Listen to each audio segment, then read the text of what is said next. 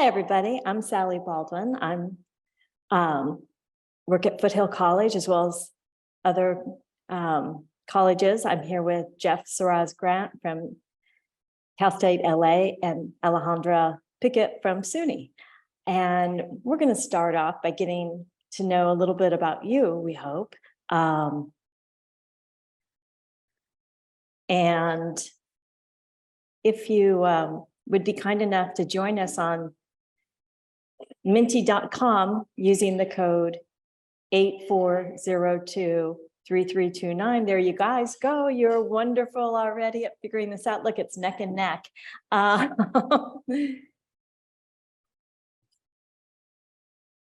Then you can tell us a little about your area of interest. And we ask this because our project actually involves course design, DEI, and online teaching.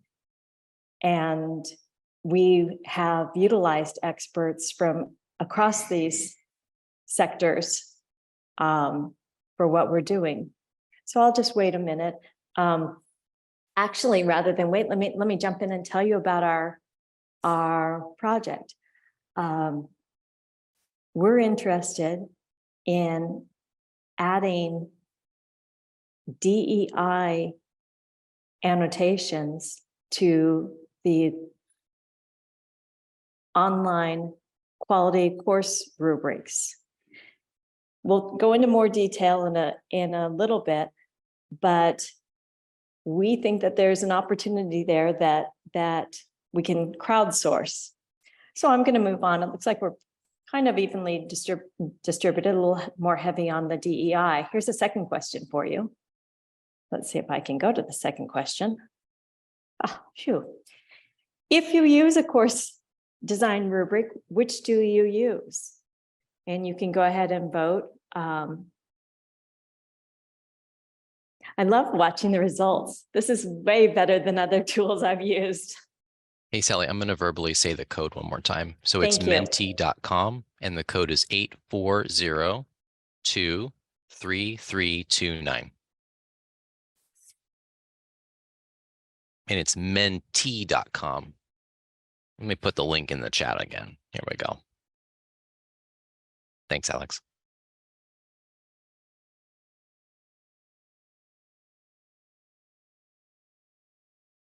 So I'm going to give it another few seconds here.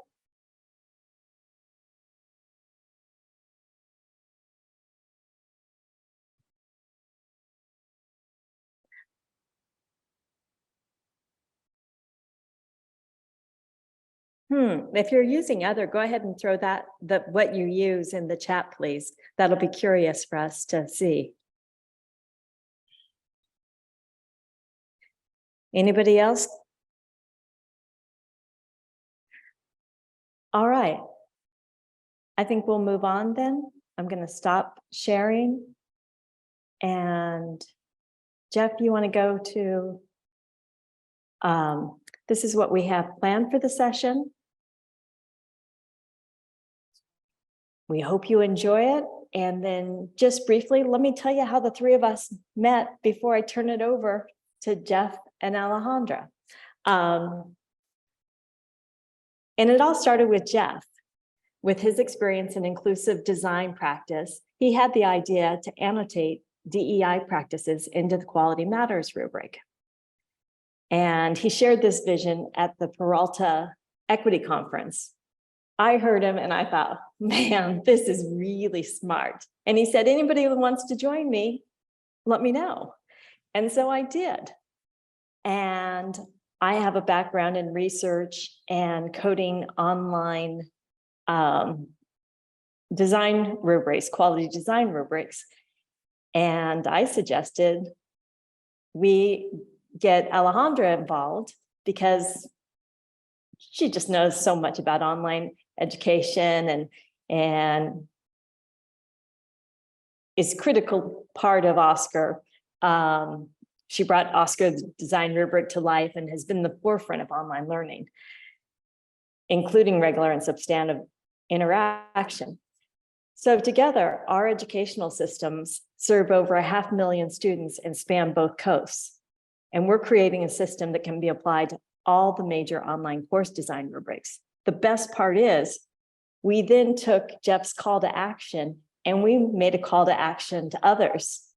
And we now have more than 60 collaborators from colleges and universities across the country as well.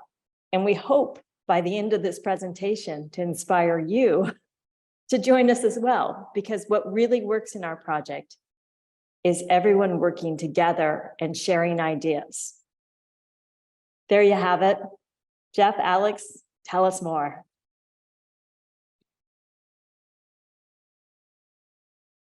I'll share a little bit about kind of how before kind of some existing, initiatives to address diversity, equity, inclusion in online course design.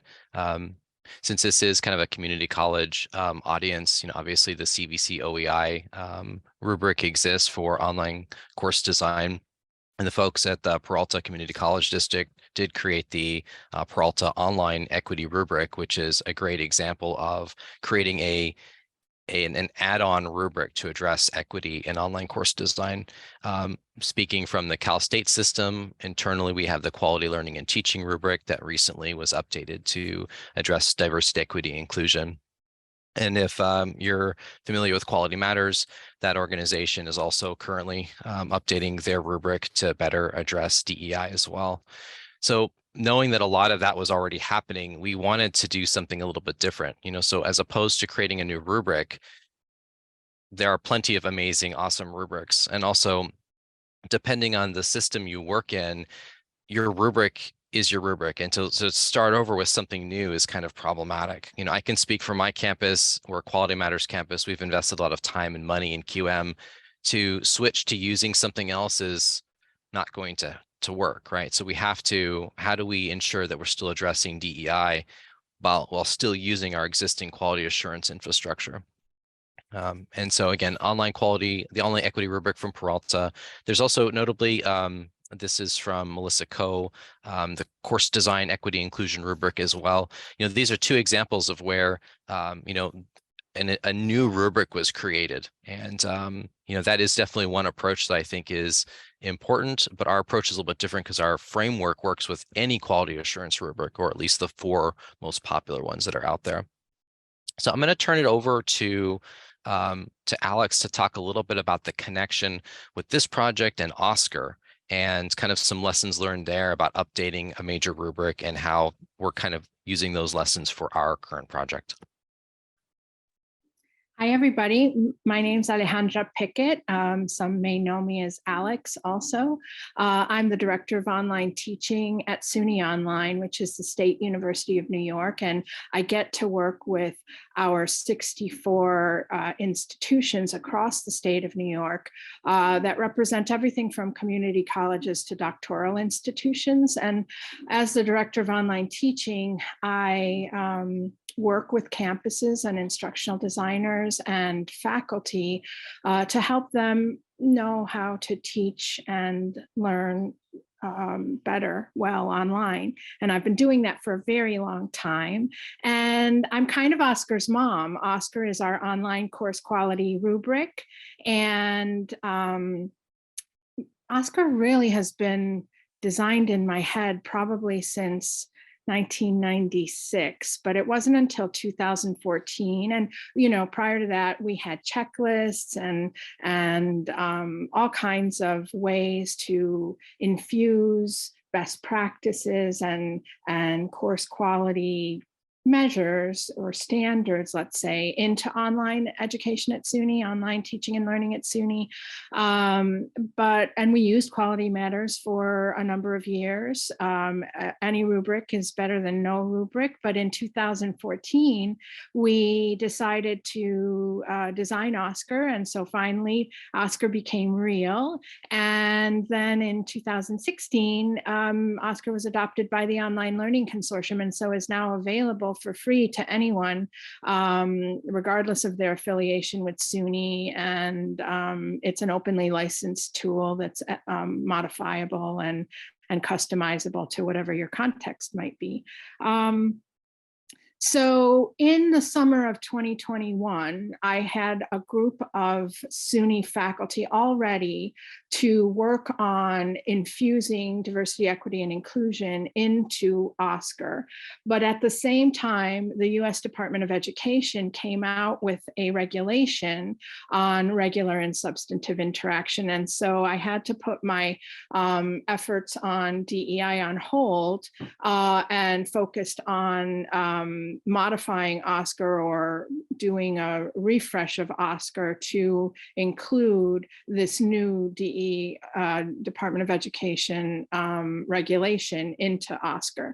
So that's what we did. And so in September of 2021, we rolled out the new version of OSCQR, and that's available for free to anyone who's interested in using it.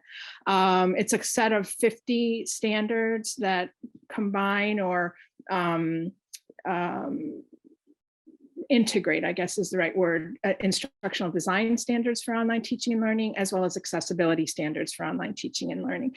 And so I know Sally, as she mentioned, because she works with in research on online course quality rubrics, and she met Jeff at the first Peralta conference.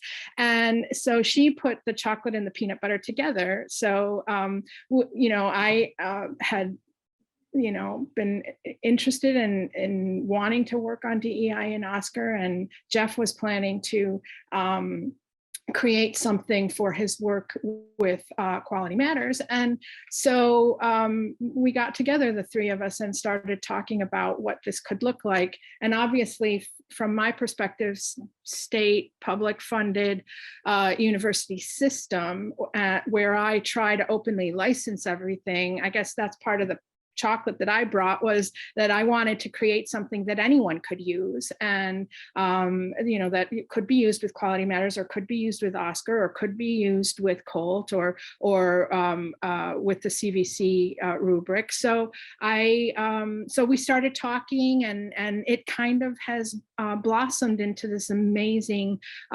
project. And so there's a cohort of people from SUNY who are involved in this project. We are members of the team, the group from SUNY are members of the team with everyone else, and they're volunteers like everyone else. And we plan to take the results of this project and infuse it into OSCQR, so that we can have, alongside the online teaching standards and the accessibility standards, we will infuse the related diversity, equity, and inclusion standards. And this will be presented in a platform, and Jeff will show it in a little bit, that is separate from OSCQR, so that we can manage and maintain it in one place, but we'll point to it from OSCQR, so that whatever wherever the standards fit within,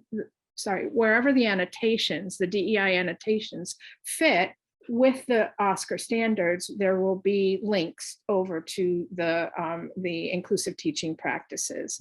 And so I'm super, super excited to have been connected and to be a part of this project. It is incredibly exciting to think that we can collaboratively across 60 plus institutions develop a tool that's going to be free and available to anyone who wants to use it, and be able to be organized in a way or presented in a way that is logical to the online course quality tool that you may be using.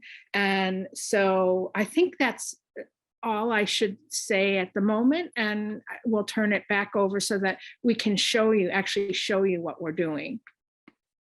Thanks, Alex. So let's take a look here, just to kind of give you a nice broad overview of kind of the framework itself, and kind of the conceptual workings of the framework that we're trying to create here. You have different sets of practices, some that drive quality course design, for instance, like in the Quality Matters rubric, as well as CVC and OSCQR, there's a standard that says students are asked to introduce themselves to each other. Instructors provide information about themselves. So that's definitely over on the course design side. something that all high quality online courses should have in the design of their course. And then over on the other side, you have inclusive teaching practices, things like there is diverse representation in instructional materials. Learning outcomes are relevant to students' lives. Those kind of practices are not really typically found in current online quality assurance rubrics. It's not there yet. It's sneaking in a little bit, like I said, with the QOLT rubric. Obviously, the Peralta Online Equity rubric features all of that, but the ones that we've been using, OSCQR, Quality Matters, QOLT up until it was updated, did not really feature a lot of detail on the diversity, equity, inclusion dimensions. So our project is really about connecting these two worlds. But again, we said we didn't want to create a new rubric. That's not what we're trying to do. There's plenty of amazing rubrics already. Instead, what we're thinking about is creating an annotation that basically connects the dots and gives instructional designers, faculty developers, directors of online teaching, the instruction manual basically of how to connect these two spheres together. And the point about this is that it works with all of the rubrics, right? These annotations connect with QM, QOLT, OSCQR, CVC-OEI, and others. As we become familiar with other quality assurance rubrics, we'll continue to code the annotations so that they are connected with other rubrics as they become available to us. I want to share with you kind of this one threshold concept for the framework, and then I'll actually show it to you, and I'll share a link so you can poke around as well. It's this idea that a single DEI practice can be operationalized through multiple course design practices. So you might have a DEI practice, for instance, like outcomes are relevant to students' lives. That could be operationalized through obviously authentic assessment, through the way that you present the kind of course overview information to students, that you're showing them how it's going to be relevant to them. So a single DEI practice might show up in multiple areas of course design. And so this is why this framework is this platform we're using helps to connect all of the dots. And to show you an example of this, and let me put this in the chat in case it's hard to see. I know it's a little bit small on screen. Here's an example of where we have the DEI practice of, I'm actually going to make this bigger because it's kind of hard to see for me too. You have this DEI practice of discover cultural relevance of students. This can be operationalized in the get started tasks. So when you are asking students to orient themselves to the course, one of the get started tasks might be to fill out a short questionnaire where you ask students some questions about what are they into, what's their lived experience, and how you can then use that information to customize assignments and assessments later on. When you're trying to discover what's culturally relevant to students, you might ask them that when the student introductions, when you ask them to introduce themselves to the class. The get started tasks, again, that's like a course design practice here. You might also want to ask them what their preferred name and pronouns are. So there's multiple DEI practices that can be operationalized through different facets of the course design. And this sort of linking of everything is what our platform is achieving. Everything is coded and connected so that when an instructor, a designer, or faculty developer is curious about a particular common course design practice, they can see all the related DEI practices that are connected to that. All right, so I think it's probably time to show you the actual platform. This will help to kind of put something real in front of you and you can kind of poke around and look at it. This is a prototype, and I want to say rough prototype, right? It functions, but you'll see that the annotations are not fully fleshed out. That's what we're working on. That's what our collaborative is currently working on. So let me rearrange my screen sharing here, and I'll share the link to this table in our platform, and you can poke around. Give me 1 second to share that with you. I'm going to drop this in the chat. All right, so there's the link to what we call Table 1. And Table 1 is course design focused. And what I mean by that is what you're going to see right away in this table are course design practices that are very common in online course design. There we go. I hope you can see that okay. And obviously you have the link, you should be able to poke around, but let me just kind of give you a quick tour here of how this works. Here are all of the course design practices. Lots and lots of individual course design practices. And then across the top here, we've got different rubrics. So we've got CVC, we've got OSCQR and Quality Matters. And so, say for instance, your community college faculty member and your institution uses CVC-OEI, and you're curious, what sort of opportunities are there for diversity, equity, inclusion? Maybe you're specifically thinking about interaction, the sort of interactions that occur inside an online course. So you can go ahead and filter that down. You can see it narrows the scope here a little bit, so it's not quite so overwhelming.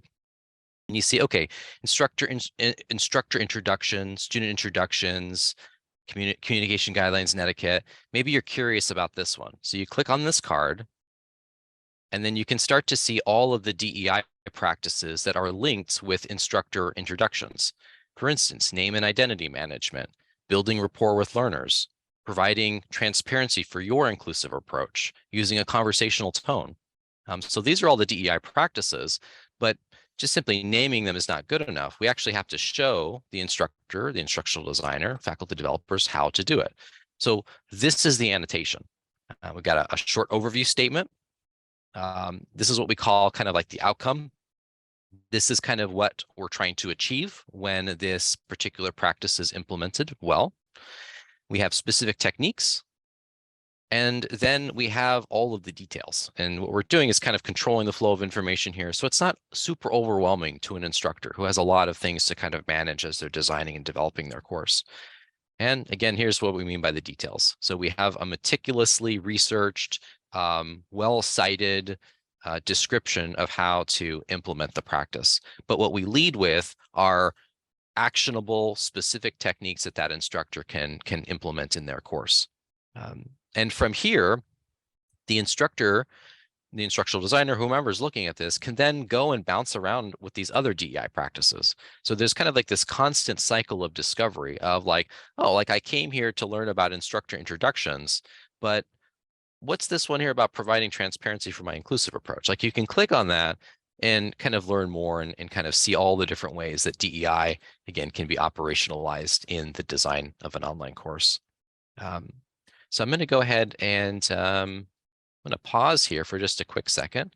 Let me open up the chat in case there's any questions that have come up.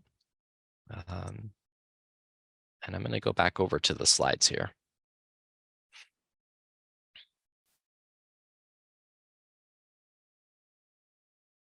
There we go.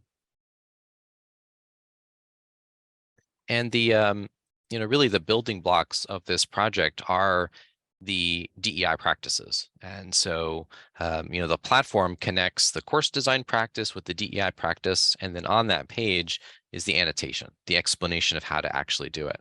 And, just to kind of summarize what each practice is going to do, again, you heard me talk a little bit about this already, specific techniques. We are helping make kind of the distinction between design versus facilitation. That's something that rubrics like QM makes a point of distinguishing. The quality learning and teaching rubric makes a point of saying that it measures both design and facilitation.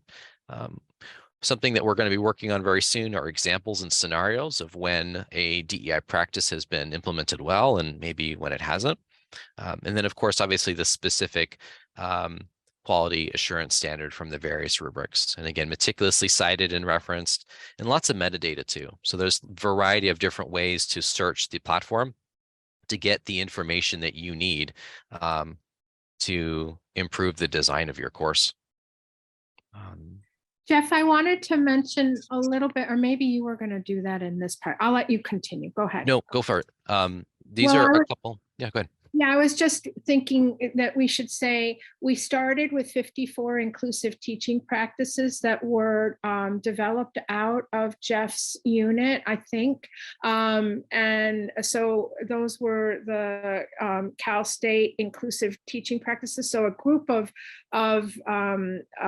faculty and others came together to develop this list of inclusive teaching practices not related to online teaching yet. So they were just inclusive teaching practices. So our group started with those practices, and the effort of our group currently is to take those practices, adapt them for online learning, teaching and learning and environments, and then annotate them. And so, as we mentioned at the beginning of the presentation, we have 60 plus institutions, 50 plus individuals from institutions from all over the United States and 2 international. I think we have 1 institution from Brazil and 1 from Canada that are involved. And we have representatives from all 3 of those roles. So experts in instructional design, experts in online teaching and learning, and experts in diversity, equity, and inclusion. And we've made up 11 teams, 11 working groups with representatives from each of those areas of expertise. So at least 3 people, 1 from each of those areas of expertise. And we've been meeting now, I think it's almost a year now, every month to, we're assigned what we call sprints. So we're assigned an inclusive teaching practice. We adapt it for online, and then we annotate it with specific things that Jeff has outlined. And we provide to the groups, we provide a template that they in their group during the month of the sprint have to fill out. And so it includes things like, look at the title of this practice. Does it need any change because we're looking at it from the online teaching and learning perspective? What is the objective? What is the description? What are some very specific practices? What are other DEI practices it's related to? What are some key words? Is it design or facilitation or both? What are the citations that you used in order to support what you're suggesting in this particular practice? So every month our groups meet. I mentioned there's 11 groups. We meet independently and as groups, and that could be synchronous or asynchronous, and work on our annotation. And then the group meets once a month. The whole group, all 11 groups, it's like 50 plus people, meet once a month to share with each other the work that we've done on our sprint during that month, and to talk about other related and activities that are happening in parallel. So we are using the group also to help us kind of code the practices in terms of categories to match the inclusive teaching practices with the DEI, with the course quality rubrics and categories and standards.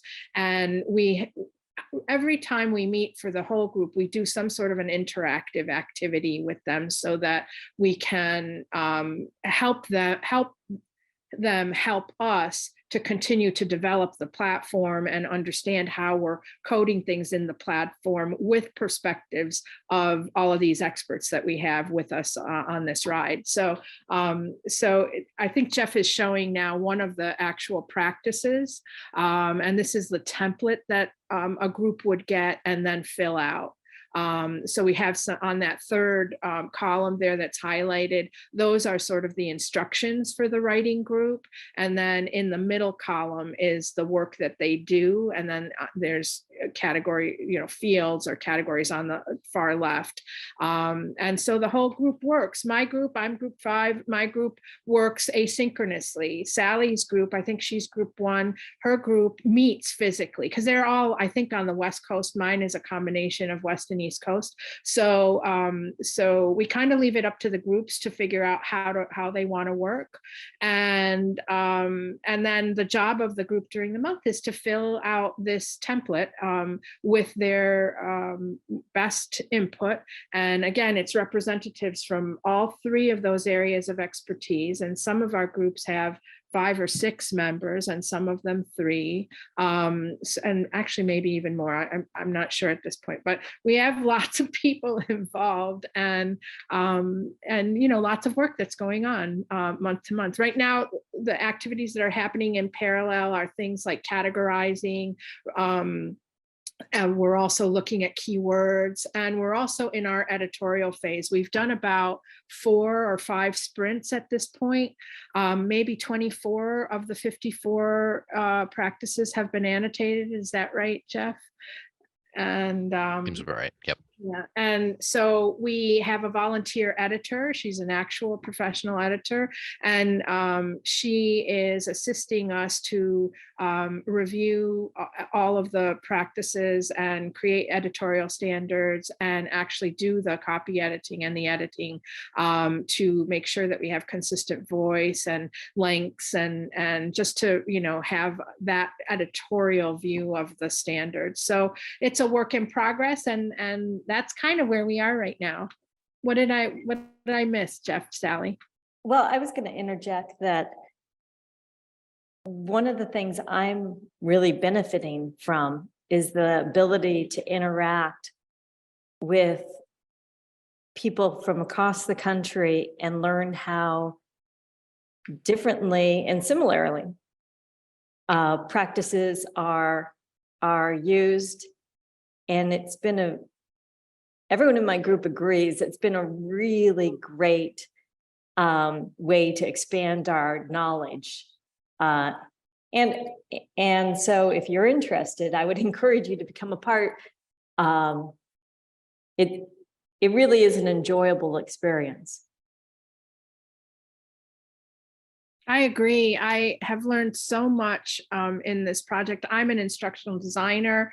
I was the first instructional designer in SUNY in 1994 for online teaching and learning. I've been doing this a long time. I have my own sort of lived experiences and understanding of diversity, equity, and inclusion, but this project has allowed me to understand, you know, in a deeper way, how inclusive teaching practices can be adapted for the online environment, and then practically what are the things that one can do to infuse diversity, equity, and inclusion into online teaching and learning environments and the facilitation of online courses. It's been an amazing learning experience for me as well.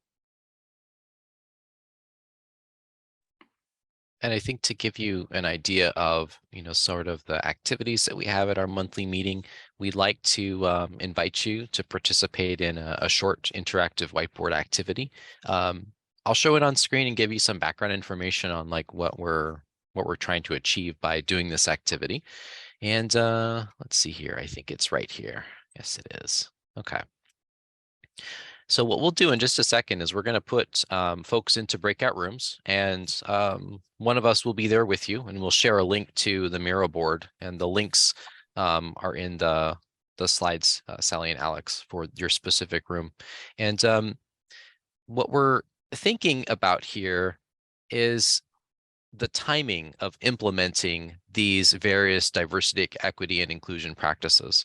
And what I have here is kind of like the life cycle of a course, from course inception, when the course does not exist yet. Maybe it is an idea that exists in a curriculum committee or an idea that you have with colleagues, to when it's actually being designed and developed, to when it's in the hands of students the first week, when students are not new to the course, they're kind of acclimating to the course. It's not quite midterms, but it's not quite the beginning of the term.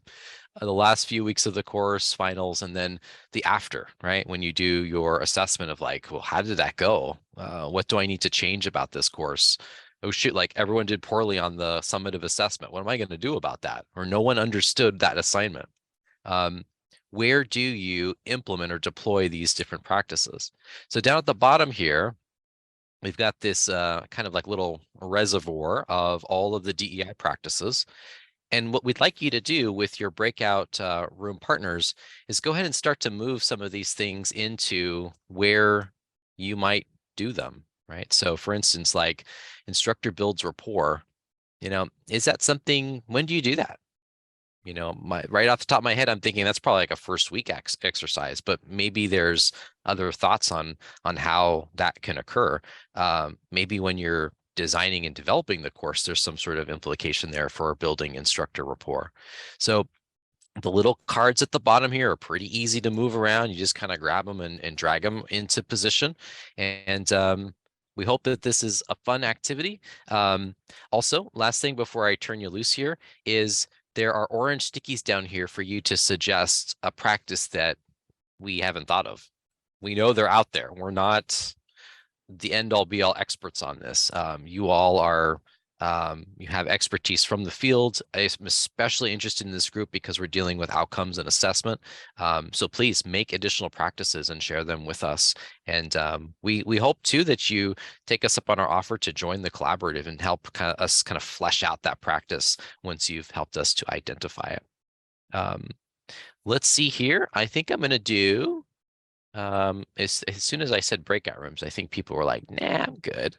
So let me go and reconstitute the rooms here. We're going to do, Sally, what do you think? 2 rooms? That would give us 8 participants per room. Yeah, that's great. Okie dokie. Here we go. All right, folks. So I'm going to open the rooms here and let me do this real fast just so we don't, I'm going to drop this in the chat so you have access to it. The link to the specific Miro board so that you are in the right spot there. I know we said we'd have 3 groups, but we're going to consolidate it down to 2. So I'm going to go ahead and open the rooms and hope you enjoy this activity. You should see a little button to join.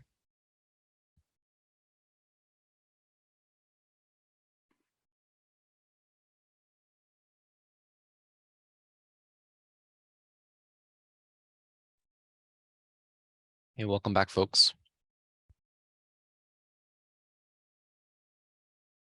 With the time remaining, we figured we'd debrief the activity and ask you all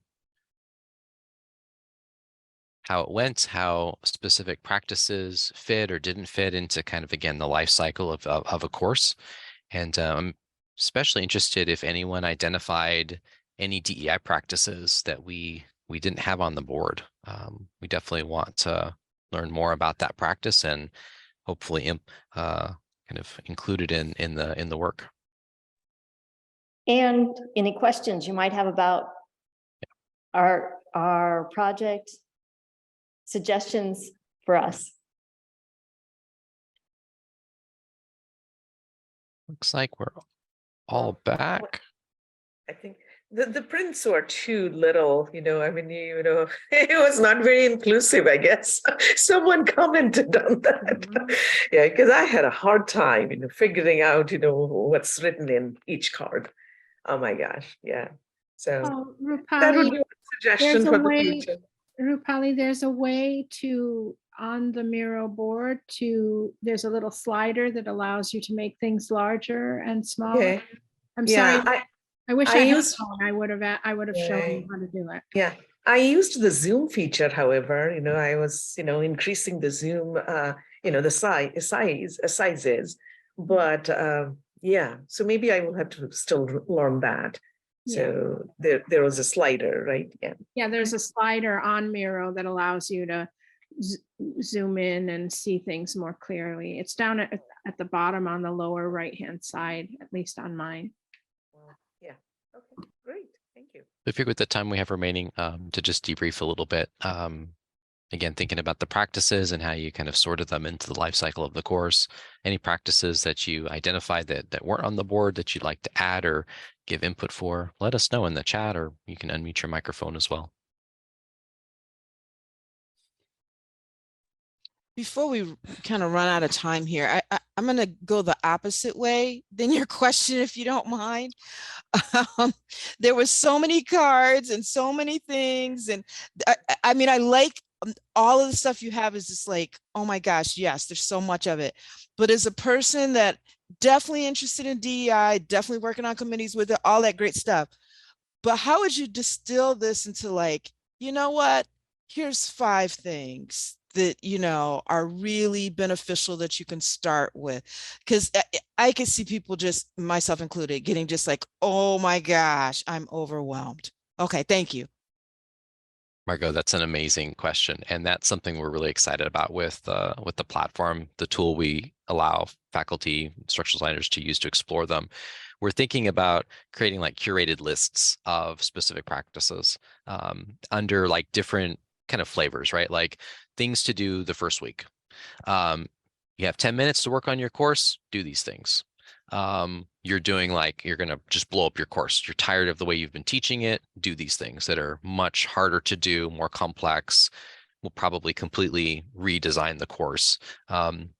Because you're absolutely right. Like when folks visit table 1 of the platform, it frankly is overwhelming. And the user experience, we care deeply about that. We want to make it approachable and actionable so people can take the advice that's listed there and actually use it.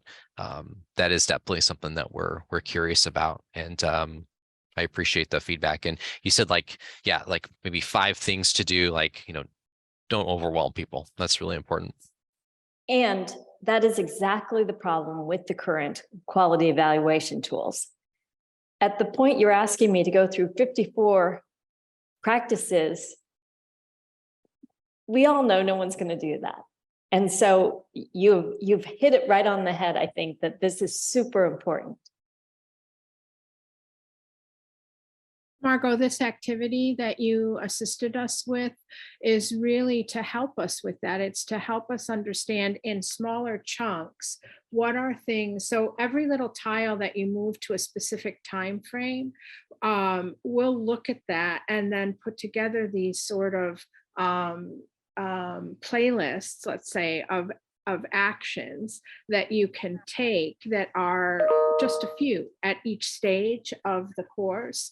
So when you go to the platform, you'll be able to sort the practices in that way. And so you actually have helped us, all of you have helped us to categorize the practices, the 54 practices by time frame in the design and delivery of a course, so that we can break it down into smaller chunks. And so if you're interested in activities that take place the first week of a course, we'll take everything, from both groups or all the groups and look at the list and put it together so that when you go to the platform, you'll be able to click on something that'll show you, okay, these are just the activities to think about at this time point in the course. So the activity that you did was overwhelming in ways because you're new to this, and also there's 54 practices and we're asking you to move them to different places. It's not actually explaining to you how to do those things. And that wasn't the intent of the activity. It was really to have you all help contribute to how we organize these materials in the platform in the future. And so you in the goodie bag, I put a link to the goodie bag in the chat, and I think Sally did too. In that goodie bag, you'll be able to see 3 practices that are annotated. We selected 3 for the goodie bag, and you can open each of those up and take a look at them, and it will provide you with the name of the practice and a description of the practice and details about how to actually infuse that practice into your online course design or teaching practice. So take a look at that. There's a bunch of cool stuff in that little goodie bag that we hope you will explore. Sally, did you put the link to the DEI Collaborative website in the chat yet? Yes, I did. It's there, I see and it. there's a form at the bottom. You can either sign up and say, I'm all in, or sign up and say, keep me posted. This is interesting. We love to connect. And thank you very much for coming. We appreciate your interest and hope you found it worthwhile. Yeah, thanks everybody. And thanks for your input on the activity. Like Alex said, we will definitely use that as we continue to work on the user experience of the platform. Thank you so much. Thanks, Margot.